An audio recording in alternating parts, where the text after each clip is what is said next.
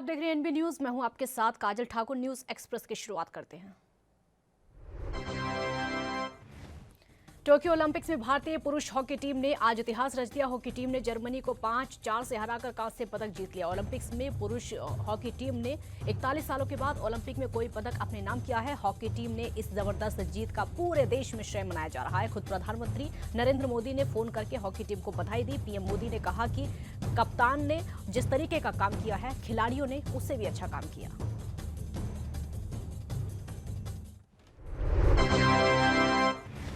Phone पर कप्तान मनप्रीत सिंह से पीएम मोदी ने कहा कि मनप्रीत, बहुत बहुत बधाई आपने और पूरी टीम ने जो काम किया है उसके बाद पूरा देश नाच रहा है। पूरी टीम ने पूरी मेहनत की है।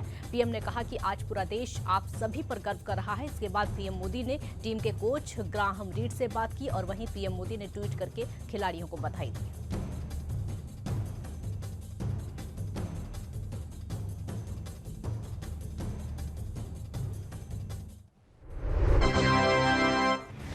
प्रधानमंत्री गरीब कल्याण अन्न योजना के प्रति जागरूकता फैलाने के लिए आयोजित कार्यक्रम में पीएम मोदी ने कहा कि आज की ये 5 अगस्त की तारीख बहुत ही विशेष बन गई है। ये 5 अगस्त ही है जब 2 साल पहले देश में एक भारत श्रेष्ठ भारत की भावना को और सशक्त किया गया था। 5 अगस्त को ही कई ऐसे काम किए गए थे जो कि याद रखे जाएंगे। आर्टिकल 370 को हटाकर जम्मू कश्मीर के हर नागरिक को हर अधिकार, हर सुविधा का पूरा भागीदार बनाया गया था।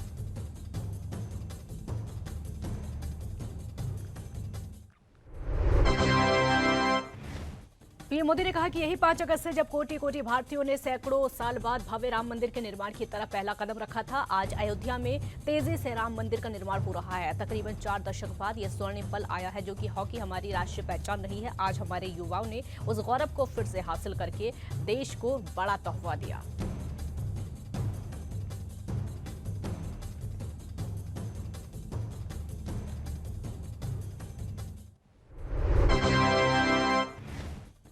पीएम मोदी ने इस दौरान विपक्षी दलों पर भी निशाना साधा और कहा कि एक तरफ हमारा देश, हमारे युवा भारत के लिए नई सिद्धियां हासिल कर रहे हैं, जीत का गोल के बाद गोल कर रहे हैं, लेकिन वहीं कुछ लोग ऐसे हैं जो कि राजनीतिक स्वार्थ के लिए एक तरफ से सिर्फ गोल कर रहे हैं। देश क्या हासिल कर रहा है, इससे उन्हें कोई सरोकार नहीं।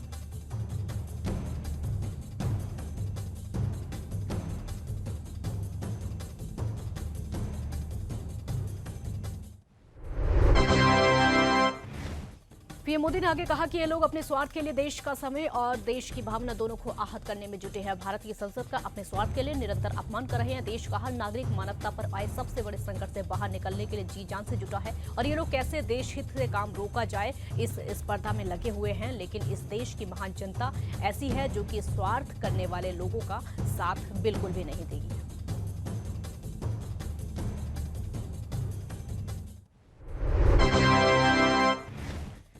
भारतीय युवा कांग्रेस ने तेल की बड़ी कीमतों और पेगासस जासूसी के खिलाफ आज विरोध प्रदर्शन किया और इस प्रदर्शन में कांग्रेस नेता राहुल गांधी भी शामिल हुए। केंद्र सरकार पर जमकर हमला बोला। राहुल गांधी ने कहा कि देश में सबसे बड़ा मुद्दा रोजगार का है, लेकिन पीएम मोदी रोजगार के मुद्दे पर कुछ नहीं बोलती।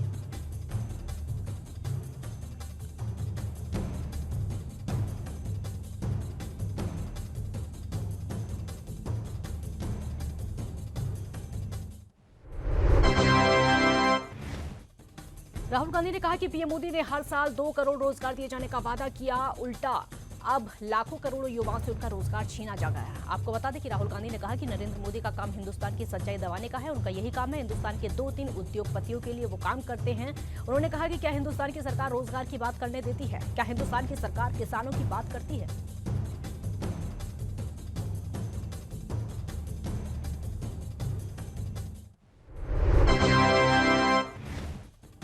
राहुल गांधी ने कहा कि अभी दिल्ली में छोटी सी बच्ची का रेप हुआ है, फिर भी उसकी हत्या भी हो गई। इनका लक्ष्य है हिंदुस्तान के युवा की आवाज को दबाने का, क्योंकि ये जानते हैं कि जिस दिन भारत के युवाओं ने सच्चाई बोलनी शुरू कर दी तो उसी दिन प्रधानमंत्री नरेंद्र मोदी की सरकार खत्म हो जाएगी।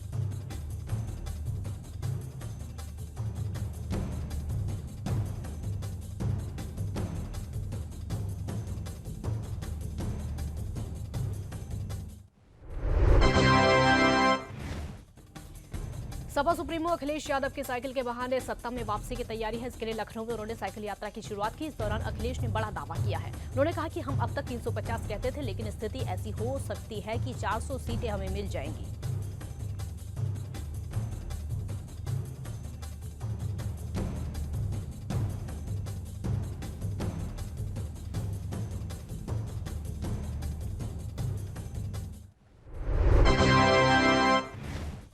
बीजेपी पर निशाना साधते हुए अखिलेश यादव ने कहा कि बीजेपी को प्रत्याशी नहीं मिलेंगे। बीजेपी आजकल अपराधियों के करीब पहुंच गई है। साइकिल यात्रा पर निकले सपा अध्यक्ष ने कहा कि साइकिल यात्रा का मकसद बदलाव है। बीजेपी सरकार की नाकामियों से हर वर्ग परेशान है। जो वादे किए वो पूरे नहीं किए गए। उन्होंने कहा कि चुनाव तक पार्टी लगातार कार्यक्रम आयोजित करती रहेगी।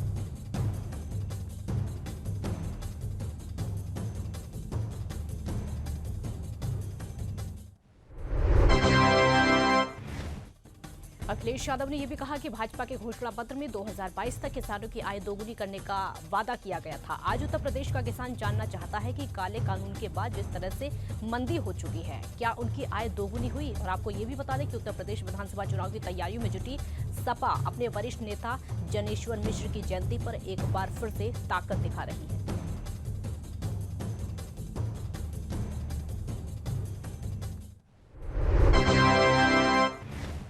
पार्टी जन समस्याओं को लेकर लोगों को जागरूक करने के लिए तहसील स्तर पर आज साइकिल रैली निकालती हुई नजर आई। लखनऊ में सपा के राष्ट्रीय अध्यक्ष और पूर्व मुख्यमंत्री अखिलेश यादव साइकिल चलाते हुए नजर आए। समाजवादी पार्टी ने प्रदेश के 75 जिलों में साइकिल यात्रा निकाली और इसकी तैयारी जोर शोर से की गई। हर जिले में पार्टी के विधायक, सांसद या पूर्व मंत्री को इसकी जिम्मेदारी दी गई है। और आपको ये भी बता दें कि अखिलेश यादव खुद भी साइकिल चलाते हुए आज नजर आए।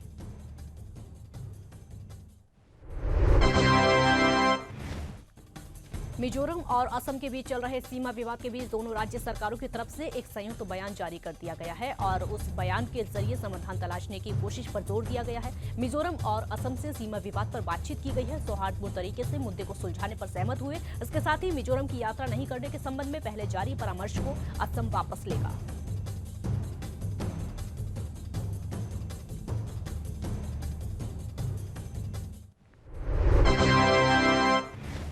दोनों राज्यों द्वारा जारी संयुक्त बयान में कहा गया कि दोनों राज्य सरकारें अंतर्राज्यीय सीमा क्षेत्रों में शांति कायम करने पर सहमत हुई हैं और सिलसिले में भारत सरकार द्वारा तटस्थ बल की तैनाती का स्वागत किया गया है। और इसमें कहा गया है कि इस उद्देश्य के लिए दोनों राज्य अपने अपने वन और पुलिस बलों को गश्त करने, वर्चस्व स्थापित करने, प्रवर्तन के नहीं भेजेंगे। साथ ही हाल ही के समय में दोनों राज्यों में जैसा विवाद हुआ था वो सबके सामने टकराव की तस्वीरें लगातार देखने को मिली थी।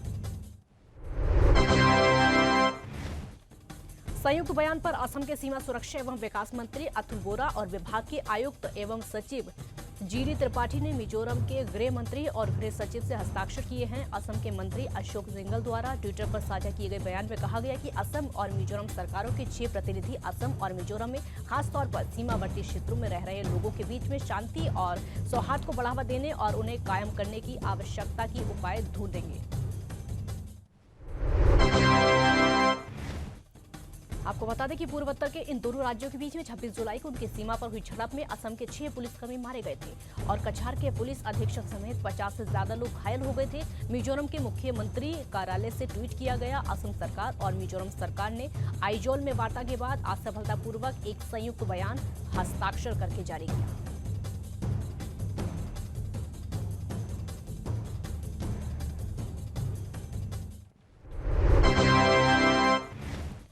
पेगासस जासूसी मामले पर आज सुप्रीम कोर्ट में सुनवाई हुई। चीफ जस्टिस एनवी रमन्ना और जस्टिस सूर्यकांत की बेंच ने याचिकाकर्ताओं के वकीलों की दलीलें सुनी और अगली तारीख 10 अगस्त तय कर दी। इस दौरान कोर्ट ने कहा कि अगर खबरें सही हैं तो आरोप बेहद गंभीर हैं। कोर्ट ने याचिकाकर्ताओं के वकील से ये भी पूछा कि आपके पास जासूसी कांड का कोई सबूत है। इस पर वरिष्ठ वकील कपिल सिब्बल ने मना कर दिया।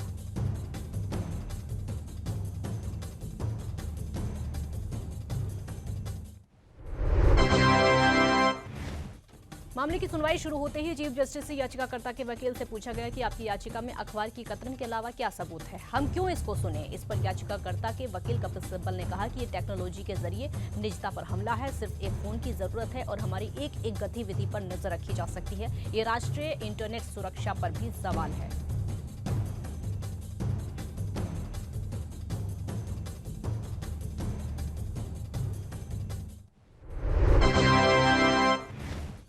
वहीं चीफ जस्टिस ने कहा कि हम मानते हैं कि यह गंभीर विषय है, लेकिन एडिटर्स गिल्ड को छोड़कर सारी याचिकाएं अखबार पर आधारित हैं। जांच का आदेश देने के लिए कोई ठोस आधार नहीं दिख रहा है। ये मसला 2019 में भी चर्चा में आया था, अचानक फिर से गर्म हो गया है। आप सभी याचिकाएं पढ़ें और लिखें। आप सभी जानते हैं कि कोर्ट किस तरह के मामलों में दखल देता है। इस पर सिब्बल ने कहा कि ये सही है कि हमारे पास कोई सबूत नहीं है, लेकिन एडिटर्स गिल्ड की याचिका में जासूसी के 37 मामलों का जिक्र है।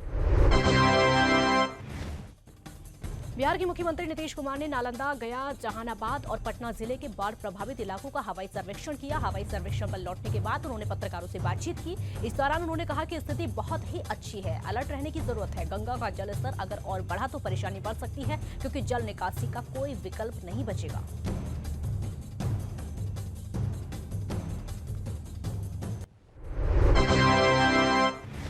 इस दौरान जब उनसे जातीय जनगणना करने की मांग को लेकर पीएम नरेंद्र मोदी से मुलाकात के संबंध में सवाल पूछा गया तो उन्होंने कहा कि मुलाकात के लिए समय मांगने के बावत उन्होंने प्रधानमंत्री नरेंद्र मोदी को पत्र लिखा। अब जैसे ही समय मिलेगा वो इस मुद्दे पर बातचीत करने के लिए उनसे मुलाकात करेंगे।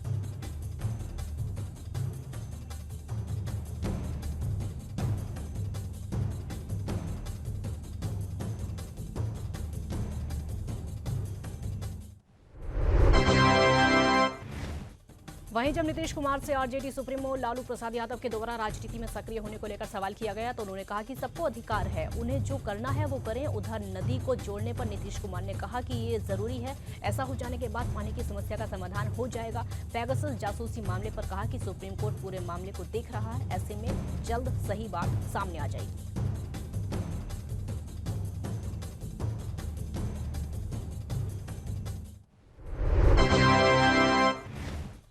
आपको बता दें कि मुख्यमंत्री नीतीश कुमार ने बाढ़ प्रभावित इलाकों का हवाई सर्वेक्षण करने के बाद ये माना कि कई जिले बहुत ज्यादा प्रभावित हैं। उन्होंने डीएम पटना और नालंदा को निर्देश दिए हैं, वो खुद जाकर हालात देखेंगे। पटना की हालत बहुत खराब हो सकती है, अलर्ट रहना जरूरी है। फसल को काफी नुकसान हुआ है, ऐसे में किसानों की क्षति का आकलन करके उचित मुआवजा भी दिया जाएगा। मुख्यमंत्री ने अपनी बातों को दोहराते हुए कहा कि आपदा पीड़ितों का राजकोष पर पहला अधिकार है।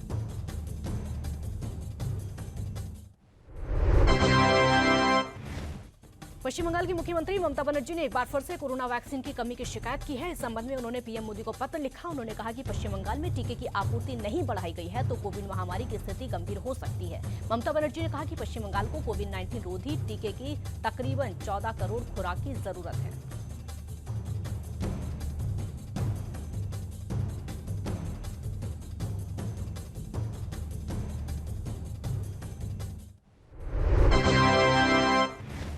कोरोना की तीसरी लहर के खतरे को देखते हुए सीएम ममता बनर्जी ने आज ग्लोबल एडवाइजरी बोर्ड की बैठक की और इस बैठक में नोबेल विजेता अभिजीत बनर्जी भी मौजूद रहे। बैठक के बाद सीएम ममता बनर्जी ने कहा कि इस साल के अंत में दुर्गा पूजा की छुट्टियों के बाद एक दिन के अंतराल पर स्कूलों को फिर से खोलने पर विचार कर रहे हैं।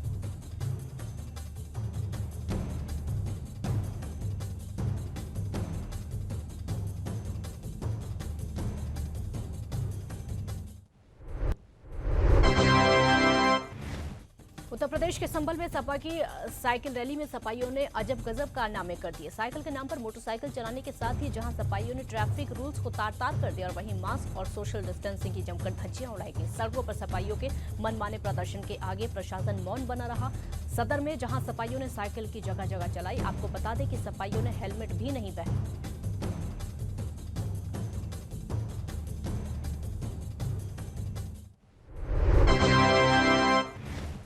पंजाब के श्री फतेहगढ़ साहिब में युवा अकाली दल के निर्वाचन क्षेत्र के अध्यक्ष जशनदीप सिंह भट्टी के नेतृत्व में भारतीय हॉकी टीम ने सरहिंद में टोक्यो ओलंपिक में कांस्य पदक जीता और लड्डू साझा किए। निर्वाचन क्षेत्र के अध्यक्ष जशनदीप सिंह भट्टी और वरिष्ठ युवा नेता एडवोकेट इंद्रजीत सिंह साहू ने कहा कि टोक्यो में हॉकी टीम की ऐतिहासिक जीत हुई है, देश को दुनिया भर में प्रसिद्ध कर दिया है।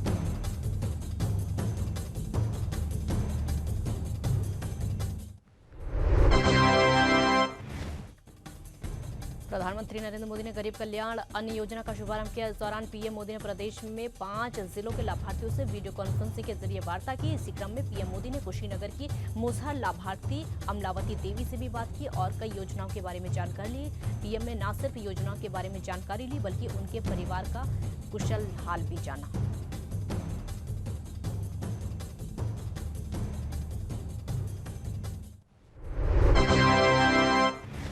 उत्तर प्रदेश के श्रावस्ती में प्रधानमंत्री गरीब कल्याण योजना के तहत आज जिले की 454 सरकारी उचित दर की दुकानों पर अन्न महोत्सव का आयोजन किया गया, जिसमें मुख्य कार्यक्रम गिलोला के कमला भारी गांव में आयोजित किया गया, जहां पर राशन कार्ड धारकों को 5 किलो खाद्यान्न, 3 किलो गेहूं समेत काफी राशन मिला और वहीं मुख्यमंत्री की ओर से संबोधित पत्र उपलब्ध कराया गया।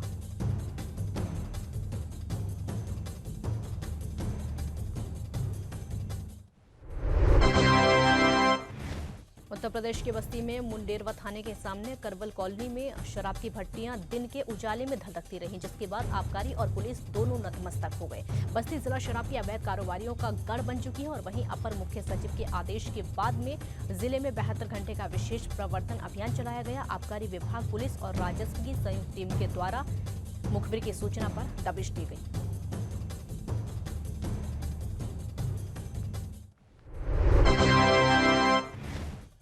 पंजाब के श्री मुक्तसर साहिब में एसएसपी के दिशा निर्देश पर नशे की तस्करी रोकने के लिए अलग अलग तरह की कार्रवाई की जा रही है, जिसके चलते आज थाना बरीवाला की पुलिस ने पार्टी को नशे का कारोबार करने वाली 2 सगी बहनों को 400 नशीली गोलियां और एक व्यक्ति को 350 नशीली गोलियों समेत काबू करने में एक बड़ी सफलता हासिल की। जिक्र योग्य है कि जिस तरीके से पुलिस लगातार अभियान चला रही है, अपराधियों पर शिकंजा कसा जा रहा है। एक छोटे से ब्रेक के लिए यहाँ पर रुकते हैं, जल्द हाजिर होंगे।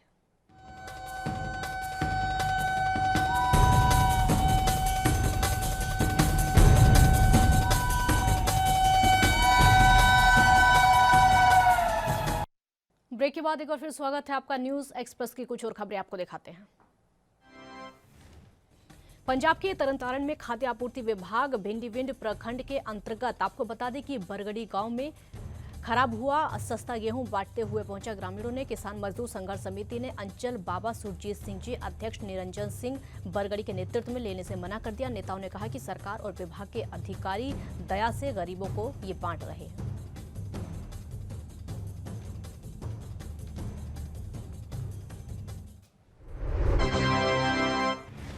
कोरोना का डेल्टा वेरिएंट भारत समेत पूरी दुनिया में चिंता के लिए सबब बना हुआ है। कोरोना वायरस का डेल्टा वेरिएंट दूसरे वेरिएंट के मुकाबले ज्यादा गंभीर है।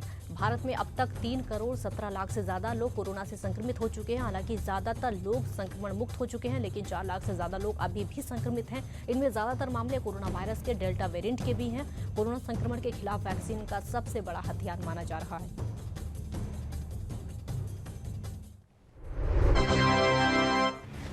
हिमाचल प्रदेश के मुख्य सचिव अनिल खाची को हटा दिया गया है और उनकी जगह अब राम सुभग सिंह को हिमाचल प्रदेश का मुख्य सचिव बनाया गया है। बताया जा रहा है कि राम सुभग सिंह को संघ से नजदीकियों का लाभ मिला है। इसके अलावा भाजपा के बड़े नेता भी उनकी पैरवी कर रहे थे, जबकि अनिल खाची को भी पी मित्रा की जगह राज्य निर्वाचन आयोग का आयुक्त लगाया गया था। और इस नियुक्ति के बाद अनिल खाची पर सबकी निगाहें टिकी रहेंगी, क्योंकि अनिल खाची की छवि ईमानदार अफसरों में आती है। उत्तर प्रदेश के अयोध्या में जगह जगह सपा कार्यकर्ताओं ने साइकिल रैली निकाली। सोहावल विधानसभा में जिला पंचायत सदस्य मान सिंह के नेतृत्व में रैली निकाली गई। और आपको बता दें कि जिले में पूर्व मंत्री पवन पांडे, पूर्व मंत्री आनंद सिंह यादव और सपा नेता अनूप सिंह के नेतृत्व में रैली निकाली गई। वहीं महंगाई, कानून व्यवस्था समेत 6 मुद्दों को लेकर साइकिल यात्रा निकाली गई।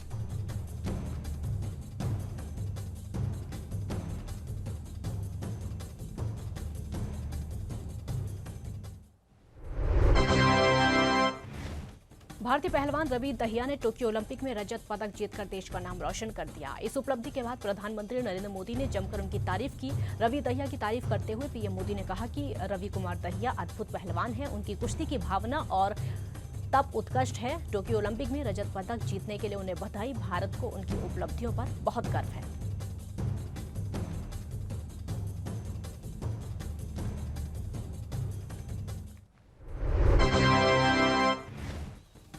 हरियाणा के गृह मंत्री अनिल विज ने रवि दहिया के रजत पदक जीतने पर बधाई दी और कहा कि भारत की जमीन पर कदम रखते ही रवि दहिया को 4 करोड़ रुपए मिलेंगे और नौकरी का ऑफर भी दिया गया। उन्होंने कहा कि हमारे यहाँ पर किसी के चक्कर नहीं कटवाए जाते हैं, तुरंत इनाम और सम्मान मिलेगा। दीपक पूनिया की हार पर कहा कि ओलंपिक में पहुंचना ही बड़ी बात है, हमें अपने खिलाड़ियों पर गर्व है।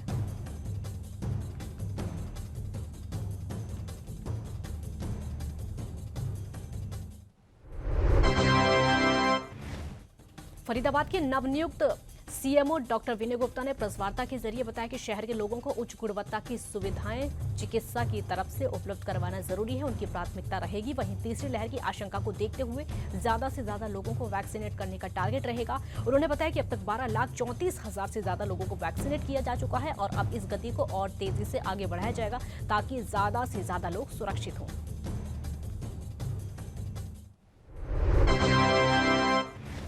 हरियाणा के फतेहाबाद में बने नागरिक अस्पताल में डॉक्टर और स्टाफ की बड़ी लापरवाही सामने आई है। अस्पताल में गर्भवती महिला ने प्रतीक्षा कक्ष में बच्चे को जन्म दिया। परिजनों का आरोप है कि वो बार बार स्टाफ नर्स और डॉक्टरों को बुलाते रहे, लेकिन वो चाय पीने में मस्त रहे, तो वहीं लापरवाही देखने को मिली है। शिकायत के बाद मामले में एसएमओ ने कार्रवाई करते हुए महिला विभाग इंचार्ज डॉक्टर नीति पूनिया और नर्सिंग सिस्टर हरबंस कौर को नोटिस दे दिया है।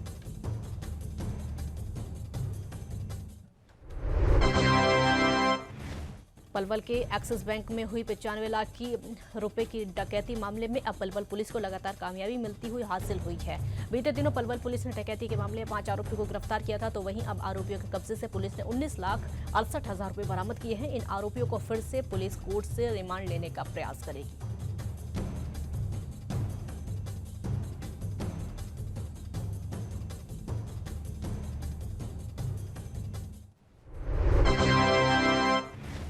टोक्यो ओलंपिक में पहला मैच जीतकर क्वार्टर फाइनल में पहुंचे विनेश फोगाट को दूसरे मैच में हार का सामना करना पड़ा, जिसकी वजह से विनेश का ओलंपिक में गोल्ड जीतने का सपना अधूरा रह गया। वहीं विनेश की हार से चरखी दादरी में रहने वाले विनेश के परिजनों में काफी गम का माहौल है। द्रोणाचार्य अवॉर्डी महावीर पहलवान ने कहा कि विदेशी कोचों द्वारा ट्रेनिंग दी गई, उन पर अब खास विश्वास नहीं है।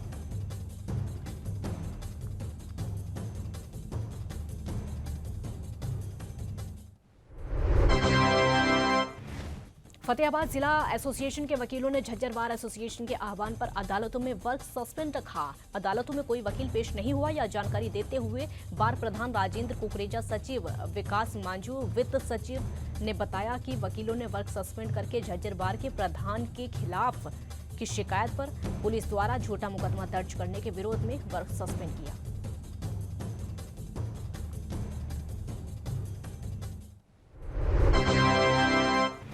उत्तराखंड के पहाड़ी जिलों में पर्यटन कारोबार ही एकमात्र रोजगार का जरिया बना हुआ है। कोरोना काल में पर्यटन कारोबार खत्म होने के बावजूद अल्मोड़ा जिले में लगभग 100 लोगों ने होम स्टे और होटल खोलकर स्वरोजगार की राह अपनाई है, जिससे प्रत्यक्ष तौर पर लगभग 350 लोग और अप्रत्यक्ष रूप से हजारों की संख्या में लोग लाभान्वित हो रहे हैं।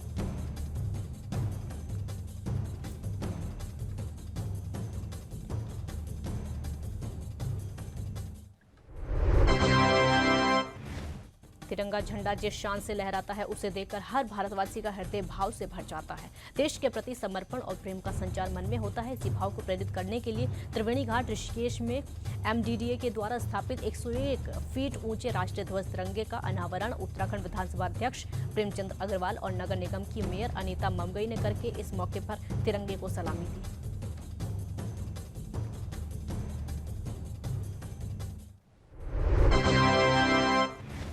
छत्तीसगढ़ में विद्यार्थियों का इंतजार अब खत्म होने जा रहा है। दरअसल ओपन स्कूल के हाई स्कूल मुख्य अवसर परीक्षा 2021 के परीक्षा परिणाम कल यानी 6 अगस्त को घोषित किए जा रहे हैं। परीक्षा परिणाम कल दोपहर 12 बजे तक घोषित किए जाएंगे, जिसको लेकर छात्रों में उत्साह कम और चिंता ज्यादा देखने को मिली।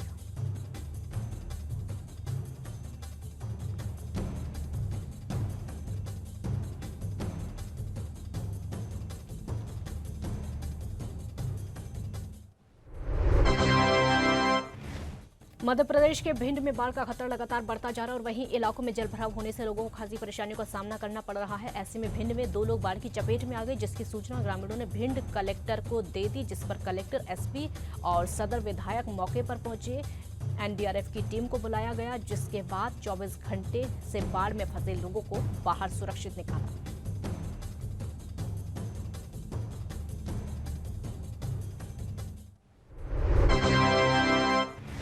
टोक्यो ओलंपिक में भारतीय पुरुष हॉकी टीम ने जर्मनी को हराकर कांस्य पदक अपने नाम कर लिया। भारत की झोली में 41 साल के बाद हॉकी पदक आया है। हॉकी में कांस्य पदक जीतने पर पूरे देश में खुशी का माहौल है। वहीं मध्य प्रदेश के मुख्यमंत्री शिवराज सिंह चौहान ने भारतीय पुरुष हॉकी टीम के पदक जीतने पर पूरी टीम को बधाई दी। साथ ही प्रदेश के हॉकी अकेडमी में ट्रेनिंग लेने वाले खिलाड़ी विवेक सागर और नीलकांता शर्मा को 1-1 करोड़ रुपए की सम्मान निधि प्रदान करने की घोषणा की।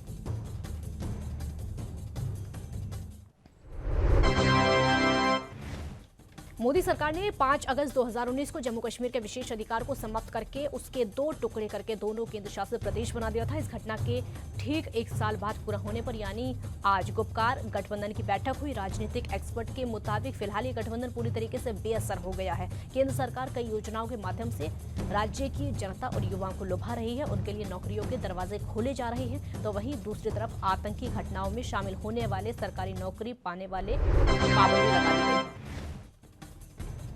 अफगानिस्तान बनाम तालिबान के महायुद्ध पर गृह मंत्रालय ने बयान जारी करके कहा है कि अब जिस तरह की बातें सामने आ रही हैं, हम अफगानिस्तान में विकसित हो रही सुरक्षा स्थिति की बारीकी से निगरानी कर रहे हैं। संयुक्त राष्ट्र सुरक्षा परिषद में अफगान के मुद्दे पर इसकी चर्चा की जाएगी। उन्होंने ये भी कहा कि इस चर्चा में हम अफगानिस्तान के मुद्दे पर अपने विचार और दृष्टिकोण साझा करेंगे।